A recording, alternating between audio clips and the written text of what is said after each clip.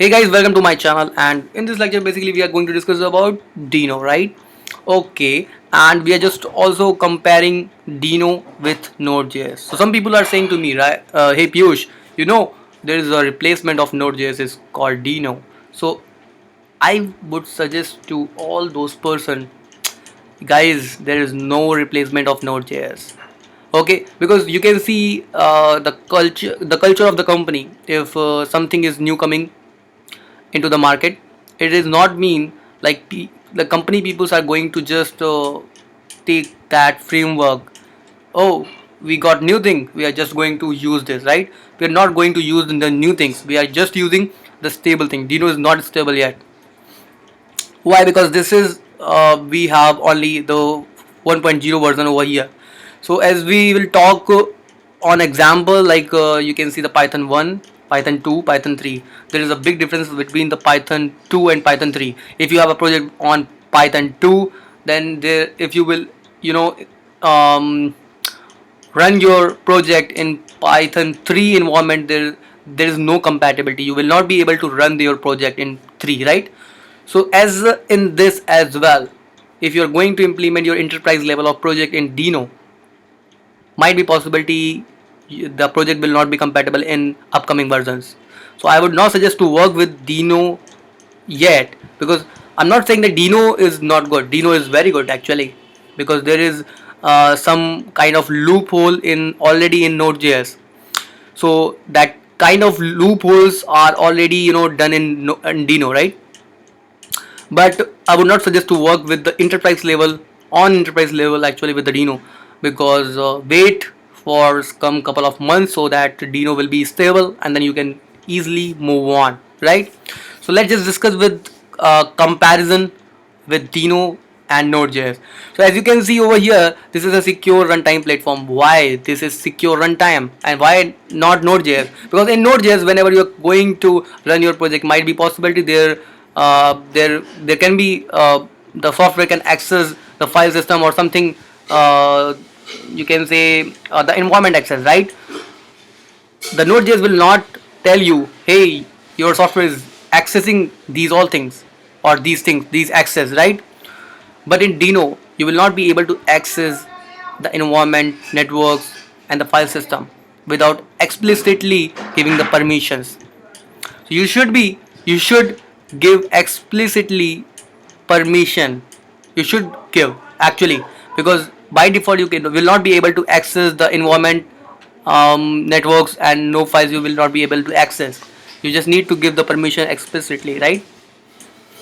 Okay, and another thing, you can see JavaScript and TypeScript. So if you are going to write the TypeScript directly, you don't need to use any compiler here, because there is no middleware compiler over here, right?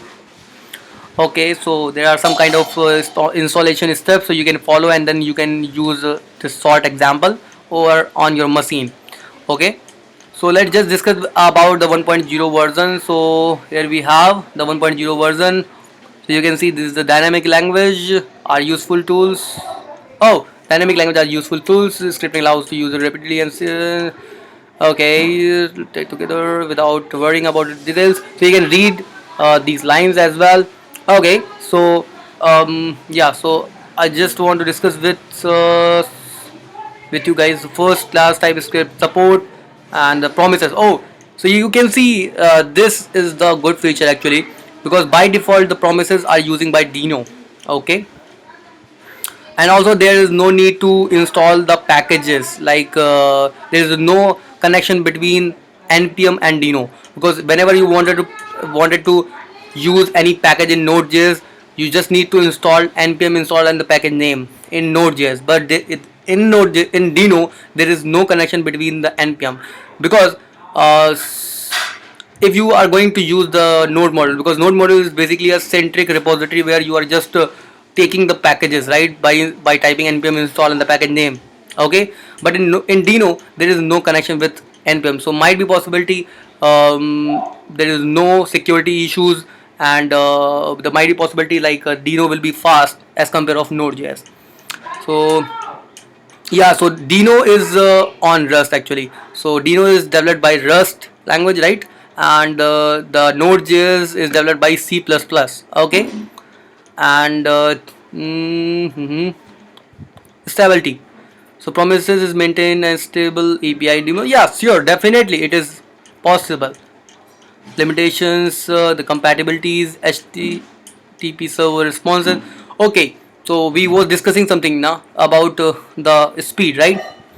So you can see we have the 25k requests per second in Deno, but in Node.js we have 34 requests per second. So as you can see, the Deno is fast, but we cannot say like Deno is so fast because it's 25k is per request per second is not so good.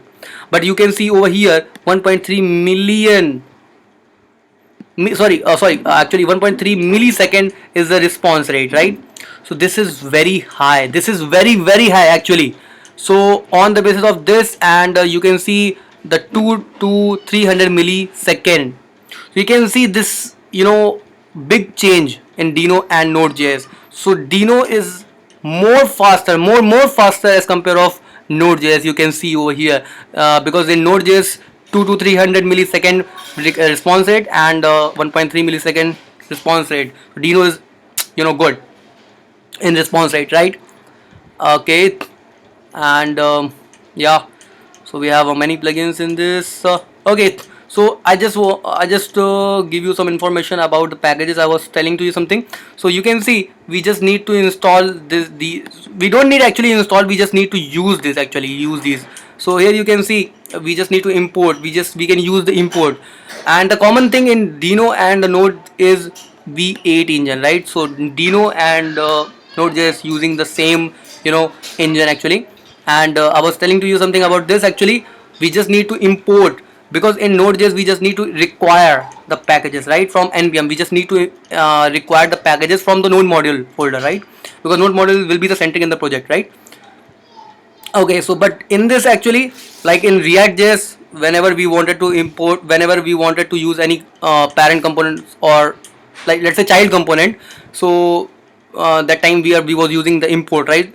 So like in the same manner we just need to import, and inside the curly braces we just need to use server and just type this actually here. So you can just copy this code and just try in your machine, so that you can be able to understand the context and syntax and all. So thank you so much guys for watching this video. I hope you will like this video, and you will understand these all things. So in the next video we'll discuss about the example and all the things which is related to the syntax. Okay guys, so thank you so much for watching this video. Please do comment, and please do share this video, and please do subscribe my channel. Thank you so much.